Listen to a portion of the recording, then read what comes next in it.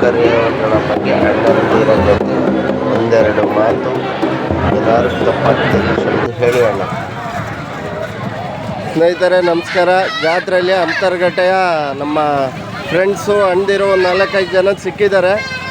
ಏನೋ ಒಂದೆರಡು ಕ್ವಶನ್ ಕೇಳಬೇಕು ಅನ್ನಿಸ್ತು, ಎಲ್ಲರನ್ನ ನಿಲ್ಲಿಸ್ಕೊಂಡು ಕೇಳ್ತಾ ಇದ್ದೀನಿ. ಅಣ್ಣ ಹೇಳ್ಬೇಕು, ಸ್ವಾಗತ ವಾಟ್ಲ ಮುತ್ತಣ್ಣನ ಚಾನಲಿಗೆ ಸ್ವಾಗತ. ಜಾತ್ರೆ ಬಗ್ಗೆ ಏನು ಹೇಳ್ತೀರಾ? ಜಾತ್ರೆ ಬಗ್ಗೆ ಅಂತಂದರೆ ಜಾತ್ರೆ ತುಂಬ ಚೆನ್ನಾಗಿ ನಡೀತಾ ಇದೆ. ಜಾತ್ರೆ ಅಂತ ಹೇಳಿದ್ರೆ ಜಾತ್ರೆಗೆ ಎತ್ತಿನ ಗಾಡಿಗಳು ಜಾಸ್ತಿ ಫೇಮಸ್ಸು. ಗಾಡಿಗಳು ತುಂಬ ಸುತ್ತಮುತ್ತ ನಮ್ಮ ಚಿಕ್ಕಮಗಳೂರು ಡಿಸ್ಟಿಕ್ಕಿಂದ ಹಿಡಿದು ಈ ಕಡೆ ಹೊಸೂರು ಕಡೆ ಸೈಡಿಂದ ಎಲ್ಲ ಕಡೆಯಿಂದ ಕೂಡ ಗಾಡಿಗಳು ಜಾಸ್ತಿ ಬರ್ತಿರ್ತವೆ. ಆದರೆ ಒಂದು ವಿಚಾರ ಅಂತಂದರೆ ಈ ಗಾಡಿಗಳು ಸುಮಾರು ಕೆಲವರು ಡ್ರೈವಿಂಗ್ ಅಂದರೆ ರ್ಯಾಶ್ ಇದರಿಂದ ಇದೇ ಮೇನ್ ಬೇಕಾರದು ಜನಗಳು ಪ್ರಾಣ ಕಳ್ಕೊಂಡ್ರು. ಯಾಕಂದರೆ ಹಾಗಾದರೆ ಮುಂದಿನ ಸಲನೂ ಕೂಡ ಜಾತ್ರೆ ನಡೀತೆ, ವರ್ಷ ನಡೀತೆ. ಹಾಗಾಗಿ ನಿಧಾನವಾಗಿ ಗಾಡಿ ಚಲಾಯಿಸಬೇಕು. ಜಾತ್ರೆ ಅಂತ ಹೇಳಿದ್ರೆ ತುಂಬ ವಿಶೇಷ ಇದು. ಅದ್ರ ಜೊತೆಗೆ ನಮ್ಮ ಹಳ್ಳಿ ಕಾರನ್ನ ಉಳಿಸ್ಬೇಕು, ಬೆಳೆಸ್ಬೇಕು ಅಂತ ಅದೊಂದೆರಡು ಮಾತು ಹೇಳ್ತೀನಿ. ಹೇಳಿ, ಮಾತಾಡಿ ಬ್ರೋ. ಹಳ್ಳಿಕಾರ ಬಗ್ಗೆ ಮಾತಾಡಿ. ಜಾತ್ರೆ ಬಗ್ಗೆ ಹೇಳೋದಾದರೆ ಚಿಕ್ಕಮಗಳೂರು ಡಿಸ್ಟಿಕ್ಕಿಗೆ ನಂಬರ್ 1 ಜಾತ್ರೆ ಇದು. ತುಂಬ ಚೆನ್ನಾಗಿ ನಡೆಯುತ್ತೆ. ವರ್ಷನೂ ಎಲ್ಲ ಎತ್ತಿನ ಗಾಡಿಗಳು ಭಾರಿ ಜೋರಾಗಿ ಬರ್ತಾ ಇರ್ತವೆ. ನಮಗೆಲ್ಲ ಖುಷಿಯಾದ ಹಬ್ಬ, ದೊಡ್ಡ ಹಬ್ಬ ಅಂದರೆ ಇದೆ ನಮ್ಮೂರ ಹಬ್ಬ ಅಂತ ನನಗೆ ಹೆಮ್ಮೆ ಇದೆ. ಜಾತ್ರೆ ಅಂದರೆ ನನಗೆ ಹೆಮ್ಮೆ. ಮತ್ತು ನಾನು ಏನು ಕೇಳೋದು ಅಂದರೆ, ಸರ್ಕಾರ ಇಷ್ಟು ದುಡ್ಡು ಕೋಟ್ಯಾಂತರ ರೂಪಾಯಿ ಎಷ್ಟೋ ಹೋಗುತ್ತೆ. ಭಕ್ತಾದಿಗಳು ತಪ್ಪಲ್ಲ, ಯಾಕೆಂದರೆ ಬರ್ತಾರೆ, ಅಲ್ಲಿ ತಟ್ಟೆಗಳೆಲ್ಲ ಹಾಕ್ತಾರೆ. ಯಾಕೆಂದರೆ ಅದು ನಡೆಯೋದು ಸಾಮಾನ್ಯ, ಎಲ್ಲೇ ಹೋದರೂ ಕಂಟ್ರೋಲ್ ಮಾಡೋಕ್ಕಲ್ಲ. ಇಷ್ಟೊಂದು ದುಡ್ಡು ತಗೊಂತಾರೆ. ಈ ಮುದ್ರಾ ಇಲಾಖೆಗೆ ಸೇರಿದಲ್ವಾ? ಹೌದಲ್ವಾ? ರೋಡು ಮಾಡಿಸ್ಬೇಕು. ಒಂದು 2-3 ವರ್ಷದಿಂದ ರೋಡ್ ವಿಚಾರ ಅಷ್ಟೇ ಕೂಡ ರೋಡ್ ಇನ್ನೂ ಸ್ವಲ್ಪ ಅಗಲಾಗ್ಬೇಕಿತ್ತು. ಬಿತ್ತು ಒಂದು ನಮ್ಮ ಗ್ರಾಮ ಪಂಚಾಯತ್ ಕಡೆಯಿಂದ ಕೂಡ ಜನಗಳನ್ನ ಬಿಟ್ಕೊಂಡು ಇಲ್ಲಿ ಜಾಸ್ತಿ ಗಲೀಜಾಗ್ತಾ ಇದೆ. ಕೆಲವೊಬ್ಬರು ಪ್ಲಾಸ್ಟಿಕ್ ಜಾಸ್ತಿ ಬರ್ತದೆ. ಪ್ಲಾಸ್ಟಿಕ್ ಒಂದು ಕಡೆ ಹಾಕ್ಬಿಟ್ಟು ಸುಡೋ ಥರ ಮಾಡಬೇಕಿತ್ತು. ಹಾಗೆ ಕುಡಿಯೋ ನೀರಿನ ವ್ಯವಸ್ಥೆ ಇಲ್ಲ ಎಲ್ಲ ಕಡೆ.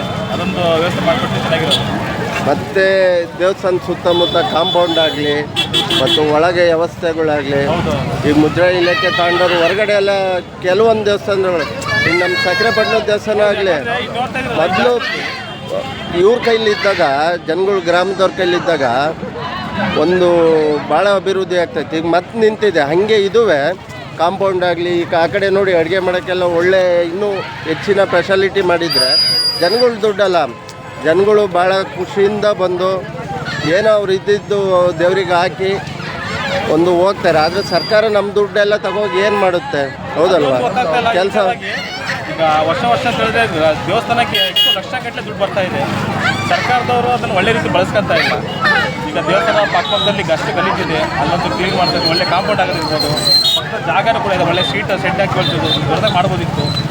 ಈಗ ಮಾರ್ಕೆಟ್ ನೋಡ್ತಾ ಇದ್ರೆ ನಿಲ್ಲಿಸಿದ್ರೆ ಮಾರ್ಕೆಟ್ ಕೂಡ ನಡೆಸ್ಬೋದಿತ್ತು. ಇಲ್ಲಿ ಕೆಲವೊಂದು ವಿಚಾರಗಳು, ಒಳ್ಳೆಯ ಒಂದು ವಿಚಾರಗಳು ಸರ್ಕಾರದವ್ರು ಗಮನ ತಗೊಂಡು ಇವತ್ತು ರೋಡ್ ವಿಚಾರ ಆಗಿರ್ಬೋದು, ಕ್ಲೀನ್ ವ್ಯವಸ್ಥೆ ಆಗಿರ್ಬೋದು, ಇಲ್ಲಿ ಕಸದ ವಿಚಾರಗಳಾಗಿರ್ಬೋದು, ಕ್ಲೀನಿಂಗ್ ನೀಟ್ನೆಸ್ಸು ಎಲ್ಲ ಒಂಚೂರು ಒಳ್ಳೆ ರೀತಿ ಮಾಡಬೇಕಂತ ಕೇಳ್ಕೊತಿದ್ವಿ ಅಷ್ಟೇ.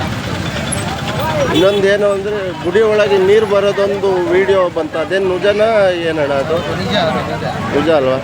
ಈಗ ಇಷ್ಟೊಂದು ದುಡ್ಡು ಅಂತಾರೆ, ಮಾಡಬೇಕಲ್ವ? ಎಲ್ಲೋಗುತ್ತೆ ಇವರೆಲ್ಲವ? ಹೌದಲ್ವ?